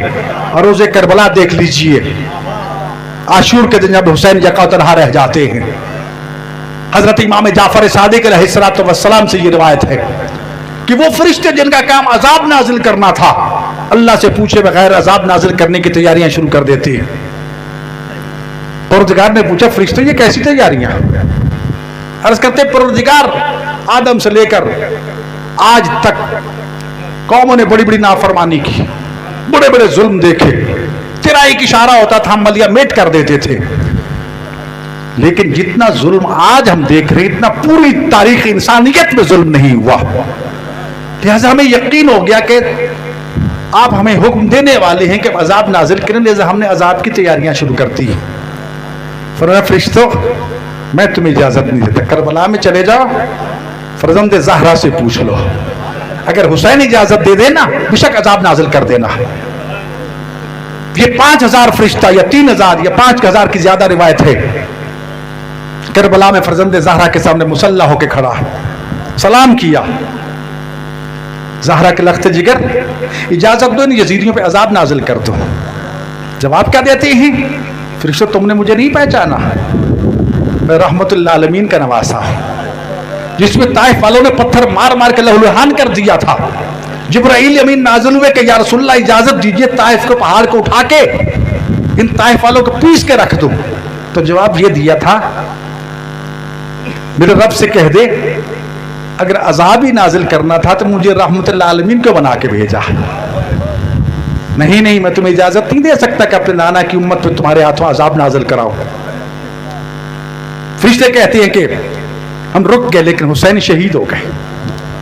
फिर खुदा के दरबार में इल्तिजा की परवरदिगार, हुसैन ने तो इजाजत नहीं दी, अब हम क्या करें, हमें इजाजत दे दे कि हम करबला में रह जाएं, हम कब्र हुसैन का तवाफ करते रहेंगे, आने वाले ज़ायरीन का इस्तकबाल करेंगे, अगर कोई बीमार होगा तो उसकी तीमारदारी करेंगे, अगर कोई मर जाएगा तो उसकी तशय्ये जनाजा करेंगे। इमाम फरमाते हैं कि उनको इजाजत दे दी गई। उस दिन से लेकर आज तक वो 5000 फरिश्ता सर में खाक डाले, गरेबान चाक किए, हर वक्त कब्र हुसैन के तवाफ में मसरूफ है। तो जबर भाइयों, तो हुसैन को ये मीरास में मिल गई चीज। हुसैन नूह के बारे से, नूह के पास क्या था? रसूलुल्लाह ने फरमाया सफीना तो नूह का मसला है, मसला अहले बैत का सफीना तो नूह है। मेरे अहले बैत की मिसाल सफीना नूह की मिसाल है। जो सवार हो गया वो नजात पा गया, जो रह गया गर्क हो गया, तबाह हो गया। तो जहर भाइयों, हुसैन भी सफीना नजात है। इन्नल हुसैन मिसबाहुल हुदा व सफीना तो नजात। और वो भी कहाँ? रसूलुल्लाह फरमाते राय तो मकतूबन ला बाबिल जन्ना, मैंने जन्नत के दरवाजे पे शब मेराज लिखे हुए देखा कि हुसैन चिराग हिदायत सफीना नजात है। दो इमामों से सवाल किया गया, इमाम सादिक अलैहिस्सलातु वस्सलाम से और हज़रत इमाम रिज़ा अलैहिस्सलातु वस्सलाम से, कि आप सारे के सारे सफीना नजात है। क्या वजह है कि इमाम हुसैन अलैहिस्सलाम के लिए इतनी खसूसियत के साथ जन्नत के दरवाजे पे भी लिख दिया गया और रसूलुल्लाह ने बार बार फरमाया कि वो सफीना नजात है? तो जवाब देते हैं हुसैन के सफीने में और हमारे सफीने में बड़ा फर्क है। हुसैन का सफीना औसा एक तो बहुत खुला और दूसरा असरा, इतना स्पीडी, इतना तेज रफ्तार है कि इतना हमारा सफीना नहीं। और ये हुसैन के सफीने की रफ्तार देखनी है तो रोज़े आशूर करबला में देख लो, इधर सूरज आशूर का तुलू होता है, हुर जैसा मुजरिम आग के सफीने में सवार होता है, अभी सूरज नहीं ढलता और जन्नत में पहुंच जाता है। मेरे भाइयों, वो हुसैन हबीब को कह रहा है कि ये फकीह है। फकीह का मकाम को मामूली नहीं है। ये फुकहा जो बैठे हैं ना, खेल तमाशा नहीं, 90 साल 95 साल अब भी वो दर्स पढ़ाते और पढ़ते हैं, जिंदगियां गुजर जाती हैं और हमारी जबानें बेलगाम खुलती हैं, कोई रोकने वाला नहीं। यही वजह है कि इस वक्त इस्लामी निज़ाती कौंसिल में ये सिफारिश कर दी गई है कानून साजी की जाए कि कोई जाकिर, कोई वाइज, कोई नात खान, कोई खतीब जो है गाने की तर्जों पे ना कसीदा पढ़ सकेगा, ना नात पढ़ सकेगा, ना नुहा मनक़बत पढ़ सकेगा, उसके खिलाफ तादीबी कार्रवाई होगी जी। और फिर हर कस न कस स्टेज पे नहीं आ जाएगा। जाओ जाके पहले मदारिस में तालीम लो, मुस्तनद इदारों से सनद हासिल करो कि तुम्हारे पल्ले भी कुछ है या नहीं जी। किसी वक्त भी आके इंतजामिया वो चेक कर सकते कि जनाब आप स्टेज पे खड़े हैं तो आपके पास है क्या जी। ये हमने पास कर दिया, कानून साजी के लिए आगे भेज दिया इसको। पूछा करो जरा जी, इनके सर पे कुरान रख के पूछो, इनके सर पे क्यों रखो, अपने सर पे रख के बताओ ना। और याद रखो, आले मोहम्मद की तरफ झूठ की निस्बत देने से रोजा टूट जाता है। और यहां हम झूठ सुन सुन के खुश होते हैं, नारे उछल उछल के नारे लगाते। खौफ खुदा कीजिए, मजहब को तमाशा ना बनाइए। बन चुका है मजहब, तकरीबन 65,000 वेबसाइट मैंने बंद करवाई, जिसमें हमारे तमाम जाकिरीन वाइज़ीन खुतबा के ऐसे जुमले जो शिर्क पर मबनी थे, तौहीन रिसालत पर मबनी थे। इतनी ज़बानें बेलगाम हो गई हैं हमारी, इस स्टेज को इस तरह छोड़ दिया गया जी। मैंने कई मरतबा जाकिरीन वाइज़ीन खुतबा को बुला के कहा कि इंसान बन जाओ, ठीक हो जाओ। ये लफ्ज़ सख्त होगा तो होगा। उन्होंने समझा कि शायद ये कौन होता मैं कहने वाला। जब 11 मुहर्रम को जेलों में गए, हथकड़ियां पहनाई गई, जंगियों में और बुनियानों में उनको हथकड़ियां लगा के सड़क पे लाया गया, तो फिर मोहसिन अकबर याद आया। जी, चीखता रहा कि ये करो, ये करो, नहीं सीखे। इनके मुकदमा सारे मेरे पास आते हैं मुफ्ती उलमा बोर्ड में। जहां दिफा हो सकता है हमेशा मैंने दिफा किया है, लेकिन जहां शिर्क आ जाए, जहां तौहीन रिसालत आ जाए, जहां मोहम्मद आले मोहम्मद की तौहीन आ जाए, मैंने कब्र में नहीं जाना जी। फिर मैं हिमायत नहीं कर सकता, फिर नहीं कर सकता ये चीजें। इसलिए खुद तुम मुहासबा करो। सबसे बड़ी जिम्मेदारी बानी मजलिस पर है। ऐसों को बुलाते क्यों हो जी? सिर्फ इसलिए कि खान साहब, मलिक साहब, चौधरी साहब वाह वाह क्या कर रहे हैं, मखदूम जी, यही टीसी के लिए? अगर मोहम्मद आले मोहम्मद के हाथ तुम्हारी ये मजलिस, ये इबादत कबूल नहीं, खास सिर्फ दुनिया वाला आखिरत, पैसा भी किया, दुनिया भी गई, आखिरत भी गई जी। क्या एक छोटे जाकिर को, एक छोटे खतीब को बुला के जिक्र आले मोहम्मद करने से जिक्र नहीं होगा? मैंने हदीस किस्सा की मिसाल दी आपको, आप अकेले बैठ के पढ़ ले जी। वो जी नाम और रेट लग चुके हैं जी, ये इसका बड़ा जाकिर क्यों है जी? क्या मैं यार कितना नहीं जी, ये लाख रुपया लेता है। बात गए तो ठीक है फिर तो खुदा इस पे तवज्जो दो। हमारी कौम फकीर कौम है, यतीम बेबगान कितनी औरतें, कितनी बच्चियां, कितनी शहीजादियां इस वक्त, कितने यतीम है जिनके कफील कोई नहीं है जी। तो मासूम तो देखो, इसमें कोई कलाम नहीं है। कसीदे पढ़ो हुस्ने सौत के साथ, गानों के साथ नहीं जी। खुद इमाम मासूम जमीन पे बैठते थे और जाकिर नोहा खान को कहते थे मिंबर पे आके नोहा पढ़ो मेरे दादा का। उसके मकाम और रुतबे में कोई कमी नहीं है, लेकिन अगर वो रुख ही बदल जाए। और यहां पर मैं उलमाए किराम, उस्ताद उलमा भी तशरीफ फरमा है, उनसे भी गुजारिश करूंगा कि हमारा भी कसूर है। हमने खुतबा और वाइजीन की तरबियत नहीं की। हमारे मदरसा के निसाब में किसी खतीब को खतीब बनाने का कोर्स मौजूद नहीं, किसी को जाकिर बनाने का कोर्स मौजूद नहीं है। ये तो कुम के उलमा तशरीफ फरमाए हैं, इनसे पूछिए। आयतुल्ला मोहसिन कराती जैसा अजीम दिल कद्र आलिम जो है, वो बैठ के नूह खानों की सुर चेक करता है कि ऐसे पढ़ो, ऐसे ना पढ़ो जी। फिल्म सितारों की फिल्मी डायलॉग को ठीक करता है कि ये गलत कह रहे हो, ऐसे करो जी। तो अगर वो कर सकता है तो हम क्यों नहीं कर सकते जी? कोशिश कीजिए कि अपने मदरसे में मुबल्लिग क्लास को हर सूरत में जारी कीजिए, क्योंकि वजह यह है कि हमारे मदरसों में आने वाले तो ये नियत लेके आते हैं मैं खतीब बनूंगा, जाकिर बनूंगा, वो आलिम बनने के लिए नहीं आता। जहां हम आते हैं उसको सारा बजरे शुरू करा देते, ये याद करो, वो दूसरे में भाग जाता है। और अगर तुम लोगों ने कफालत ना की, दो भाई, एक डॉक्टर बन गया, इंजीनियर बन गया, उसको तनख्वाह मिलने लगी, नौकरी होगी, दूसरा भाई मदरसे में आ गया, मैट्रिक करके भी आया ना, तो गोया कि उसने फिर पहली क्लास में बैठना, क्योंकि ये निजाम ही अलग है, ये सिस्टम ही अलग है। तो कम से कम 8 साल पढ़ेगा। ये पाकिस्तान के हवाले से 8 साल ऐसे समझिए कि 8वीं में पहुंचा है। अब 8वीं के तालिब इल्म की कैफियत देख लो जी। मेरे पाकिस्तान के तो जो ग्रेजुएट हैं, मास्टर किया हुआ है, उनको उर्दू सही नहीं आती, एक जुमला अंग्रेजी का नहीं लिख सकते, तो क्या 8 साल का कोर्स पढ़ने वाला? और फिर आप ये भी तवक्को सोच कर रखो, लोगों के ज़हन में जो मदरसे में कदम रखता है फरिश्ता बन जाता है, यही सोचते हो ना? उससे तो गलती हो ही नहीं सकती। नहीं भाई, शैतान तो सबसे बड़ा दुश्मन उनका है, उसके रास्ते की रुकावट तो ये तालिब इल्म है। जितना उसे तकलीफ होती है एक तालिब इल्म के मदरसा में दाखिल होने पर, एक आलिम के बारे में, इतनी किसी और की तकलीफ नहीं होती। और उलमा बैठी है कि जब एक फकीह, एक आलिम मरता है ना, तो वो जश्न मनाता है, खुशियां मनाता है कि मेरे रास्ते की रुकावट हट गई। शैतान बरलाने की कोशिश करता है। इसलिए याद रखो, ये निजाम क्यों चलेगा? अपनी जेब से मत दो, बिल्कुल ना दो, एक पैसा ना दो। जिस इमाम ज़माना की रियाया हो, उसका माल तुम्हारे पास अमानत है। परसों के मीडिया में यही सवाल था कि मौलाना हलाल और हराम में बताइए क्या है।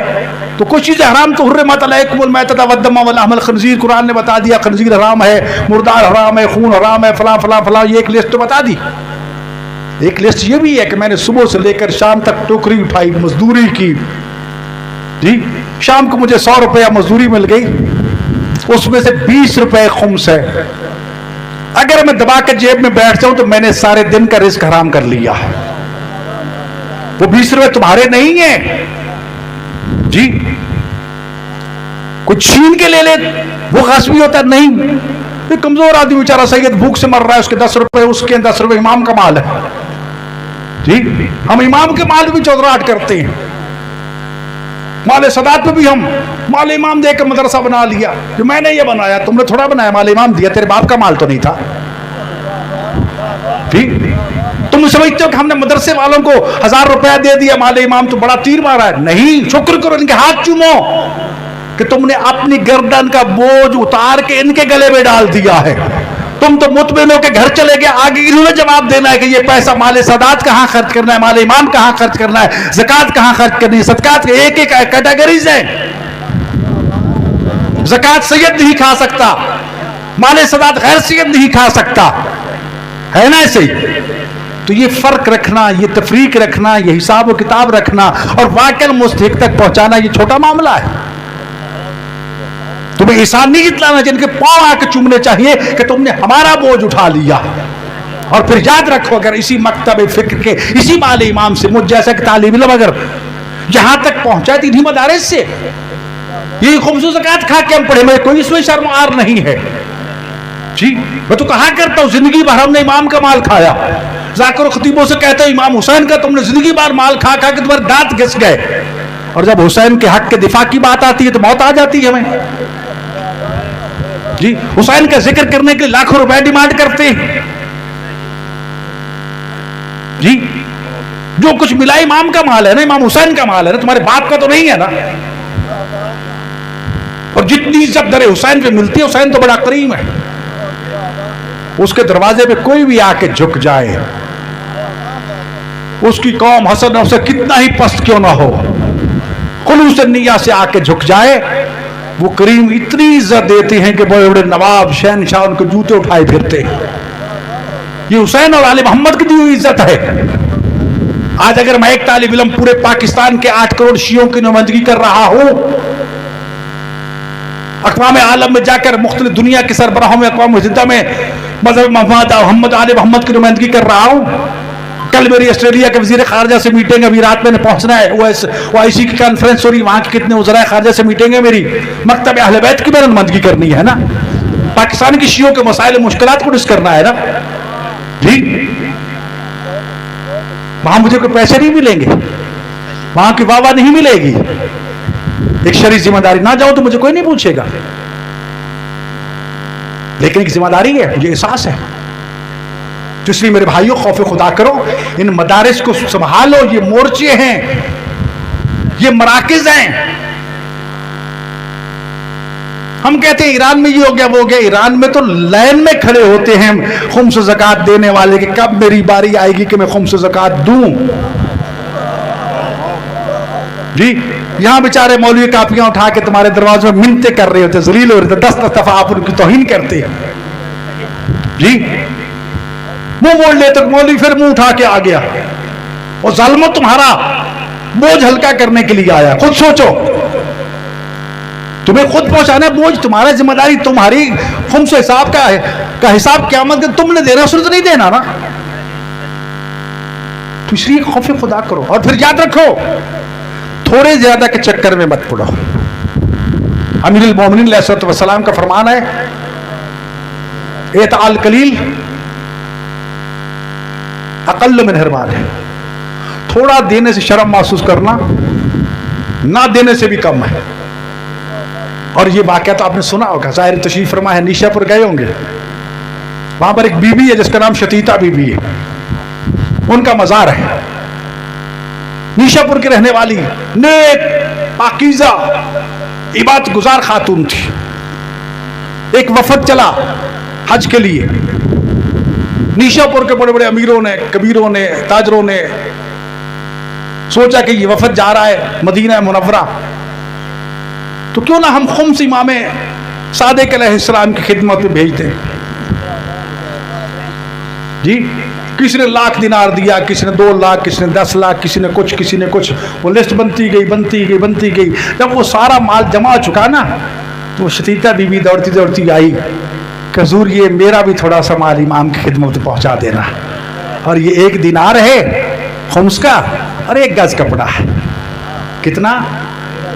1 गज कपड़ा और 1। उसने कहा मैंने लापरवाही से लिया और झोले में फेंक दिया। चला गया, कूफा पहुंचा तो पता चला कि इमाम जाफर सादिक अलैहिस्सलाम की शहादत हो चुकी। हाँ, फिर निशापुर के मोमिनीन ने कुछ खतूत भी लिख के दिए, जो पुराने जमाने में होती थी ना। क्या इसमें हमारे सवाल हैं? इमाम से कहना कि लिफाफे भी ना खुले, जवाब भी लिख दिए जाएं और इमाम की मोहर भी लग जाए। अगर वो कहे कि मैंने ये कर दिया तो चंद लिफाफे खोल के देख लेना, अगर वाकई मोहरें और जवाब लिखा है तो फिर इमाम की खिदमत में माल पेश करना वगरना नहीं।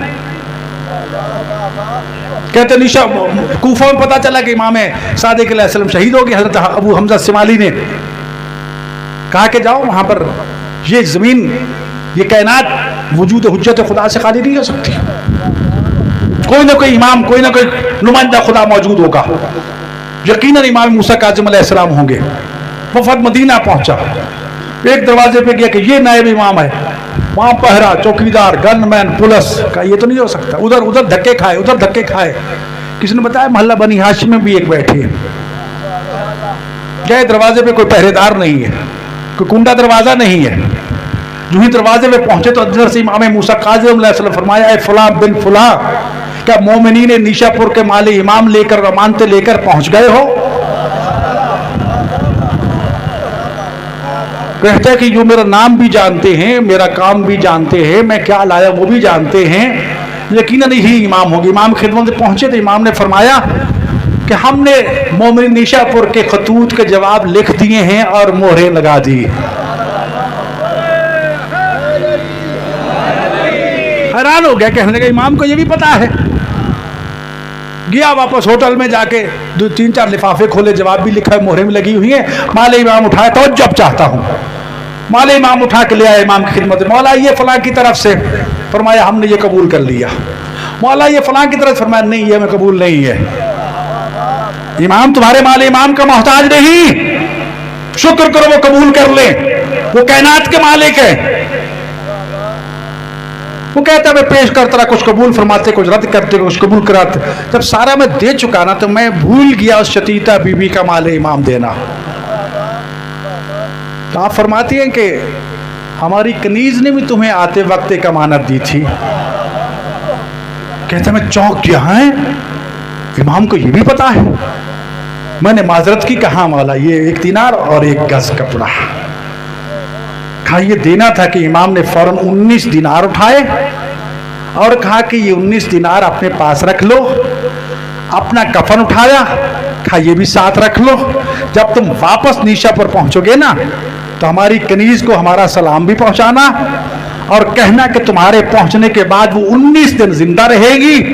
ये 19 दिन के 19 दिनार खर्चा, और उनसे कहना कि तेरे हाथ का बुना हुआ कपड़ा मूसा काजिम अपने कफन के लिए रख रहा है, अपना कफन तुझे भेज रहा है। और ये कहना कि जब तू वफात पा जाएगी तो तेरी नमाज जनाजा पढ़ाने के लिए खुद मैं मदीना से आऊंगा। और ऐसे ही हुआ। तो लिहाजा कभी ना सोचो कि ये थोड़ा है, अच्छी बात है, थोड़ा है तो बोझ थोड़ा है ना। अगर तुम्हारे माल से खुम्स नहीं निकलता शुक्र करो, है ही नहीं, बोझ ही नहीं है, तो खुदा अपने माल को पाक कीजिए। ये लड़ाइयां, ये झगड़े, ये मुकदमे, ये कत्ल गारत, ये औलाद का बिगड़ना, ये रिस्क हराम का नतीजा, ये रिस्क हराम का नतीजा, ये बीमारियां। डॉक्टर के कहने पे आप गाय का गोश्त छोड़ते हो ना, जो रेड मीट नहीं खाना, ब्लड प्रेशर हाई हो जाएगा जी, छोड़ देते, हालांकि हलाल है। तो जो है ना मेरे भाइयों, क्यों भाई, रेड मीट खाने से ये बीमारी हो जाएगी, ये बीमारी हो जाएगी, ये बीमारी हो जाएगी, हम सबको तस्लीम कर लेते हैं। किसकी बात? एक डॉक्टर की। जी, अल्लाह की बात नहीं मानते। अल्लाह कह रहा है कुरान करीम में कि जो कोई अपने भाई की गीबत करता है वो ऐसे जैसे अपने मुर्दा भाई की लाश टुकड़े टुकड़े करके उसका गोश्त खा रहा है।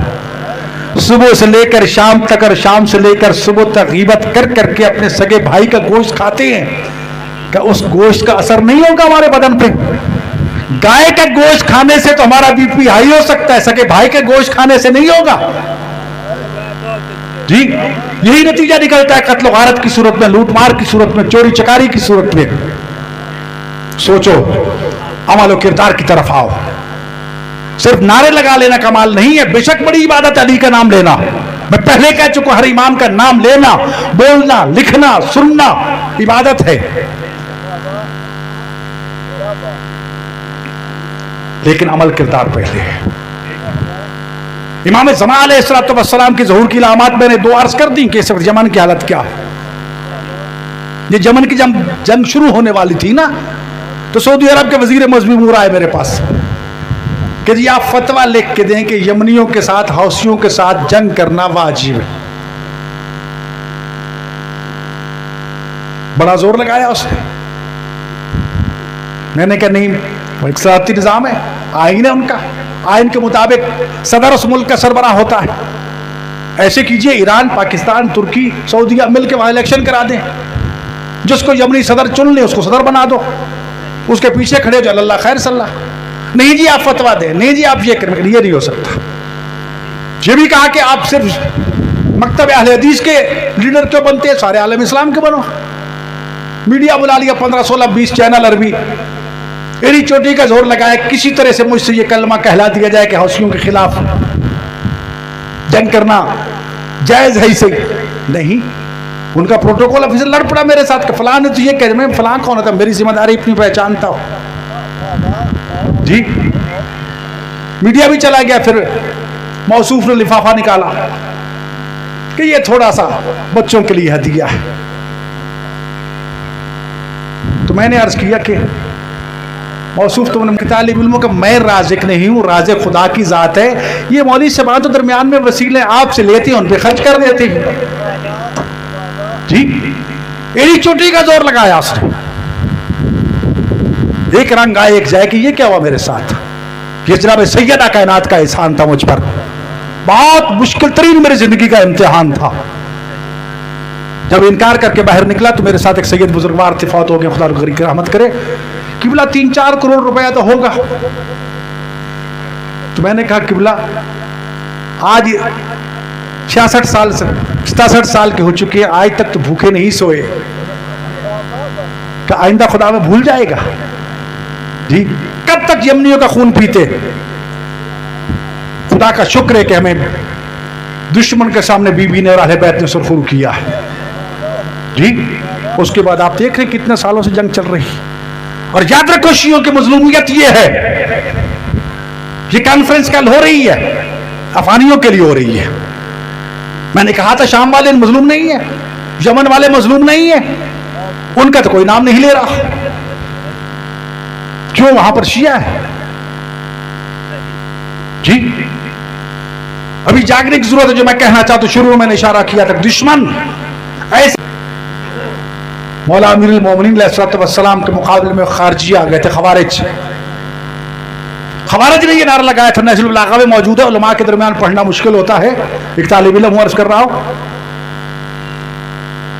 उन्होंने मौला अली के मुकाबले में नारा बुलंद किया था, ला हुक्म इल्ला लिल्लाह, हमें सिवा अल्लाह के हुक्म कुछ नहीं चाहिए। बड़ा जबरदस्त नारा था। असहाब ने अर्ज की, मौला ये नारा, फरमाया सुनो सुनो, सबर सबर सबर, कलमा तो हक नहीं, युरादु बिहिल बातिल, लफ्ज ठीक है लेकिन इनकी मुराद गलत है। इस नारे के अंदर पुशीदा साजिश को पहचानो। तो जो है अब्बासियों ने नारा लगाया कि हम रिज़ाए आले मोहम्मद चाहते हैं,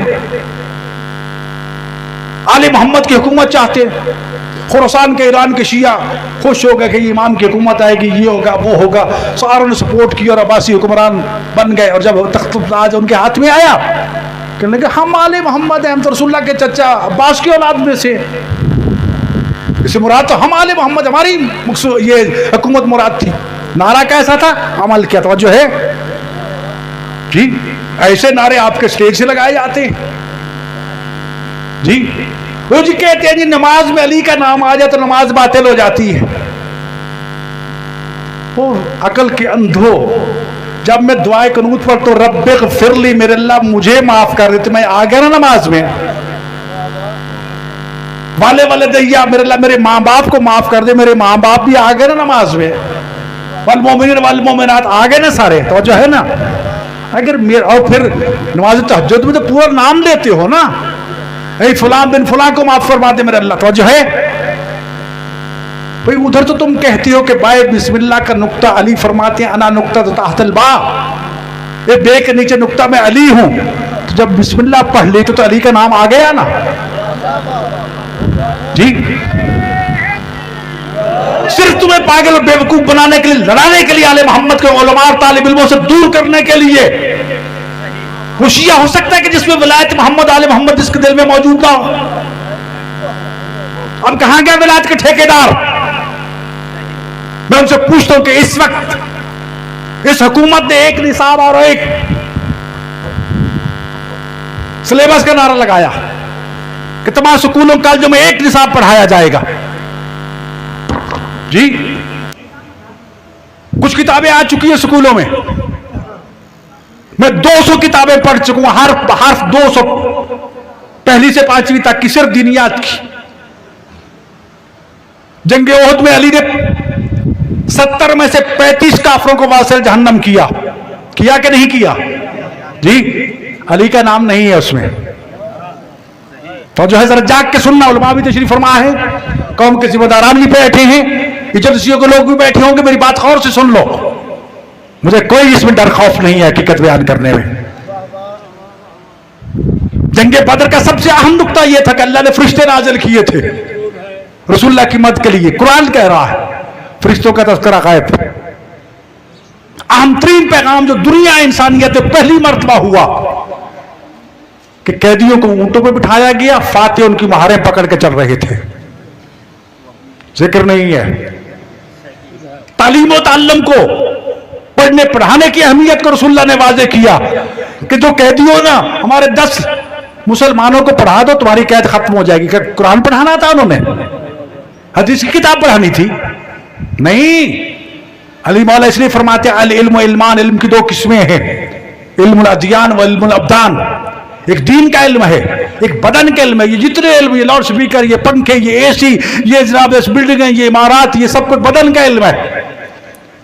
बदन सही सालेम हो लेकिन खोपड़ी में कुछ ना हो।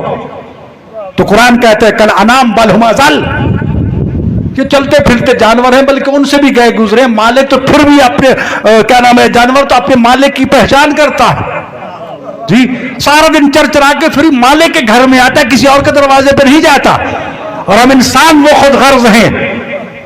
अभी असम्बली के मेंबरान की आपने हालत देख ली, आपके चुने हुए जी। छोड़िए सब गलत या सही को, हम थोड़ी सी बात ना मानी जब मुंह मोड़ के कहीं और चले जाते।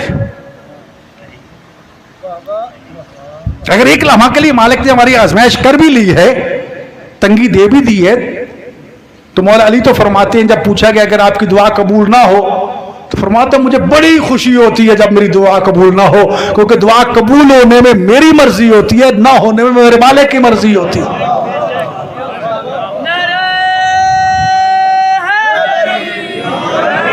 जी। मालिक की मर्जी पर रिज़न बे क़ज़ाही व तस्लीम अल-अम्र, इमाम हुसैन का जुमला नहीं कहते तुम?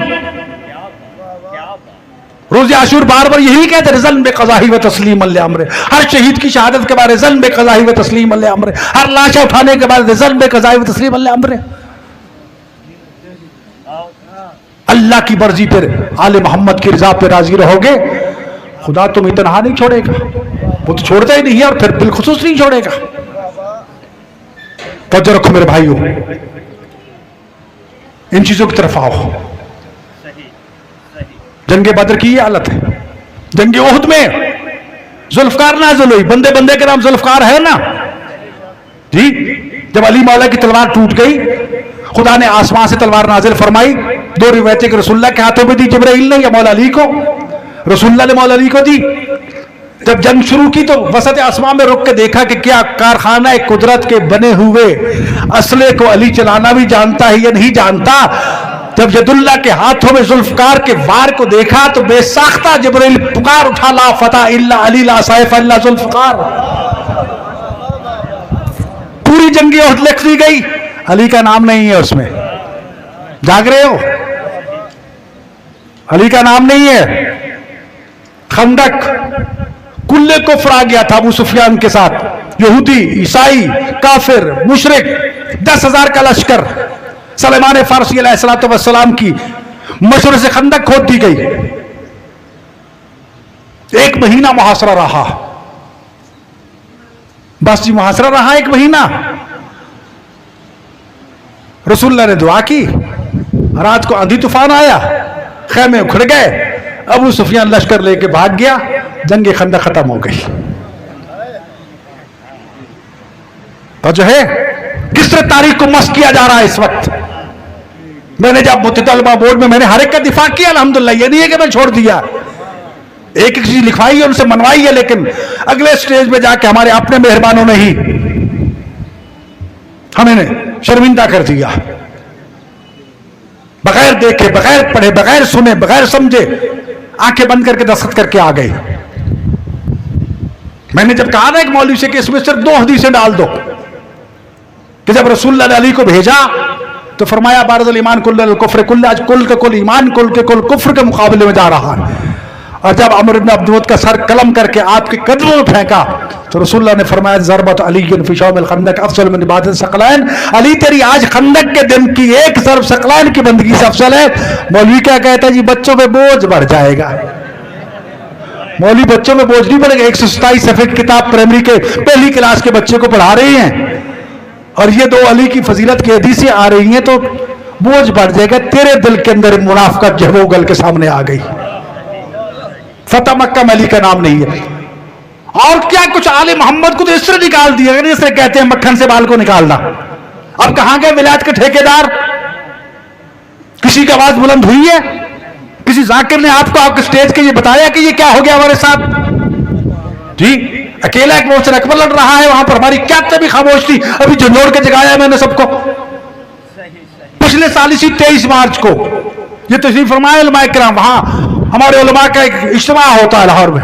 मैंने वहां ये कहा था कि ये होने वाला है, इसके लिए तैयार हो जाओ।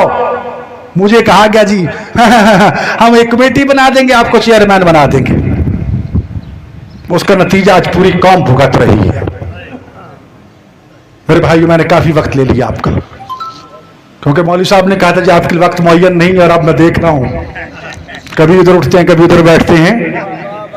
जी याद रखो, हर एक ने जवाब देना है। ये तबलीग सिर्फ मौलवियों की ठेकेदारी नहीं है जी। अपनी नस्लों पे पहरा दो। इस मोबाइल फोन ने दुनिया जहां का गंद जो है बच्चों के बिस्तर में पहुंचा दी है जी। इस पे पहरा दीजिए, इस से पहरा दीजिए। नस्लें कहां बर्बाद हो रही हैं। खासतौर पर जब छुप के वो बिस्तरों में पड़े होते, ये ना समझो कि हमारे बच्चे पता नहीं क्या कर रहे हैं। ये ऐसा शैतानी आला है कि एक खबासत के बाद दूसरी, दूसरी के बाद तीसरी, चौथी चलती जाती कहां से कहां तक। कोशिश करो कम से कम वक्त मोबाइल उनको दो। जब दो तो अपनी निगरानी में दो। ऊपर से सितम वाला है, सितम ये है कि क्लासें इंटरनेट पे हो रही। इस्लाम जदीद तरक्की का मुखालिफ नहीं है, जदीद वसाइल का मुखालिफ नहीं है, उसके नुकसानात और उसके मफादात का दुश्मन है। अपनी नस्लों को इससे भी बचाओ। और यहां मैं कहूंगा कि ये मैंने आपको खतरे से आगाह कर दिया। हमारी कोशिशें इस वक्त तक नाकाम हो चुकी हैं।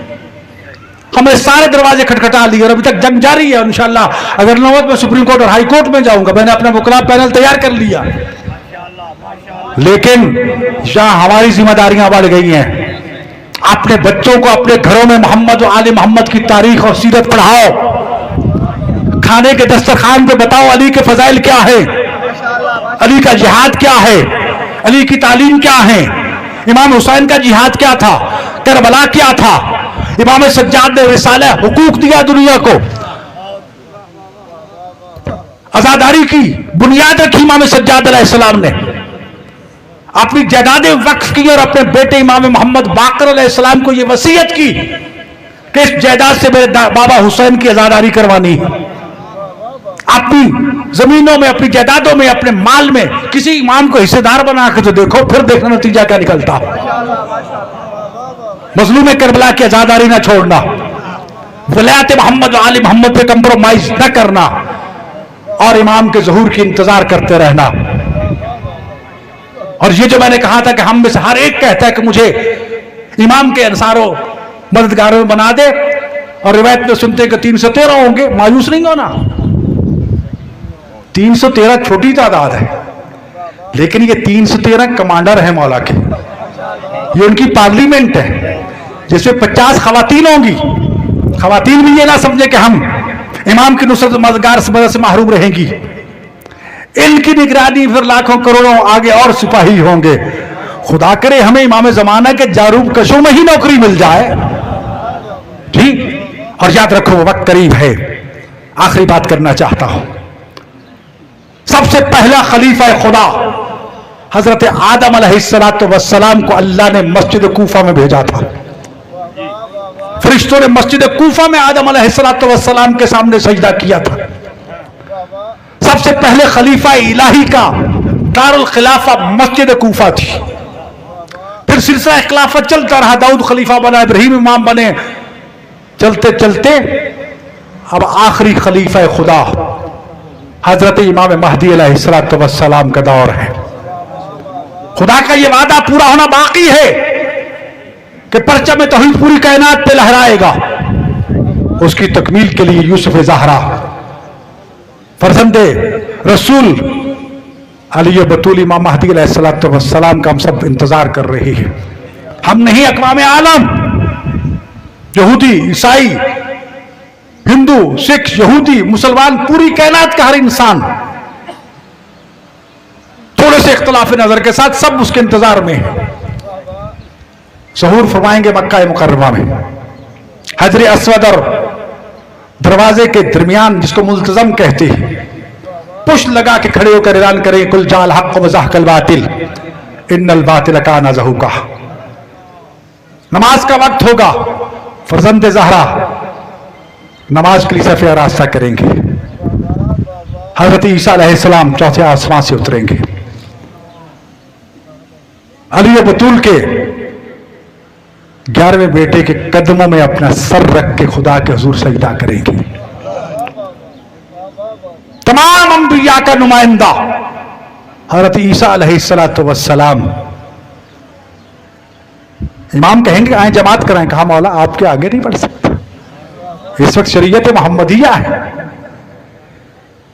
इस वक्त इस्लाम की हुक्मरानी है और आप इस्लाम के हकीकी नुमाइंदे हैं। वहां से दोनों चलेंगे, साथियों को जमा करते करते उसी मस्जिद कूफा में पहुंचेंगे। वही मस्जिद कूफा इमाम जमाना का कैपिटल बनेगा, जो सबसे पहले खलीफा इलाही का था। ये पूरा दौर जिस तरह शुरू हुआ खिलाफत का, यहां आकर मुकम्मल होगा। इमाम ज़मा अलैहिस्सलाम नमाज जुमा की इमामत फरमाएंगे, मस्जिद छोटी हो जाएगी। असहाब अर्ज करेंगे मौला मस्जिद छोटी, हुक्म देंगे कूफा से करबला तक मस्जिद बनाई जाए। 1000 दरवाजे में मुश्तमिल मस्जिद बनेगी, जहां से खुदा का वादा इलाही सच्चा साबित होगा। पूरी कायनात में इस्लाम की हाकमियत होगी और उसके आसार आज आप देख रहे हैं। चेहरों में सैयद शुहदा के मौका पर इतना बड़ा, इतना पूरी दुनिया इंसानियत में और तारीख इंसानियत में नहीं हुआ। आज अरबईन के मौके पर नजफ और करबला मिल जाता है। नजफ से करबला तक सफ से सफ मिली होती है। यह भी अलाइम ज़हूर इमाम ज़मा अलैहिस्सलाम में से है। तैयार हो जाओ। और ये दो वो पाक सरजमीनें हैं जिनकी मिसाल दुनिया में नहीं। नजफ है तो दूर नजफ उगल रहा है, पहाड़ नहीं है इसका, जिसको देखना अंबिया की ज़ियारत का सवाब कहा गया, तस्कीन कल्ब का जरिया, और उधर करबला की खाके शिफा, सिवाय मौत के हर बीमारी का इलाज।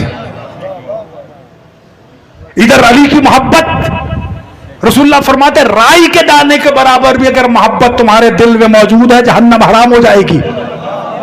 और उधर हुसैन के गम में एक आंसू बहाओगे, जन्नत वाजिब हो जाएगी। अली मोहम्मद ने तुम्हारी हमारी निजात के लिए क्या कुछ कर दिया है, लेकिन हम भटकते फिर रहे हैं। खुदारा आखिरत को मुकद्दम रखो। मौला अली फरमाते हैं जिसने दुनिया चाही, जरूरी नहीं उसे दुनिया मिल जाए, जिसने आखिरत चाही उसे दुनिया भी मिल जाएगी, आखिरत भी। जी, आखिरत का ख्याल रखो। मोमिन वो है जो अपना कफन तैयार रखता है, मोमिन वो है जो अपना वसीयतनामा लिख के रखता है, मोमिन वो है जो अपनी कब्र तैयार करके रखता है कि हाँ मैंने आना। आखिरत की फिक्र करो। आज किस दौर में कोरोना वबाएं, कोई पता नहीं किस लम्हा कहां एक्सीडेंट में सांस की गिनती खत्म हो जाए। हम में से कोई भी मरने को तैयार नहीं है। तैयारी करो, दुआ कीजिए कि इमाम ज़मा अलैहिस्सलाम के ज़हूर में मौला ताजील फरमाएं। खुद इमाम का हुक्म है कि मेरे ताजील ज़हूर की दुआ कीजिए। हमारे दुश्मन बहुत ज्यादा हैं, हर तरह से हमलावर है दुश्मन। परवरदिगार तुझे वास्ता सदीक़ कुबरा फिल आलमीन, मजलूमा शहीदा सैयदा कायनात सलामुल्लाह अलैहा का यूसुफ ज़हरा अपनी हुज्जत इमाम ज़मा अलैहिस्सलाम के ज़हूर पुरनूर में ताजील फरमा। इस दुनिया को अदल इंसाफ से भर दे जिस तरह जुल्म दौर से भर चुकी है। हमें उनका सही मानों में पैरोकार, शिया, मुहिब और मददगार बनने की तौफीक अता फरमा। इस दुनिया जो फितनों की आमाज़गाह बन चुकी है, इसको अमन और सलामती में ताबील फरमा। हमारा खात्मा बिल खैर फरमा। ये मदारिस दीनिया, ये मराकिज़ इल्मिया, ये उलमा, ये मराजे, अल्लाह ताला के सदके में मोहम्मद आले मोहम्मद के सदके रब्बे कायनात से दुआ है कि इनको तूल उम्र अता फरमा, सेहत सलामती अता फरमा, इनकी हिफाजत फरमा, इमाम ज़माना के ज़हूर में ताजील फरमा। रब्बना तक़ब्बल मिन्ना इन्नका अंतस समीउल अलीम बिहक़्क़ि मुहम्मदिन व अहलि बैतिही अत-तय्यबीन अत-ताहिरीन अल-मासूमीन बिफ़ज़लिका व रहमतिका या अरहमर राहिमीन।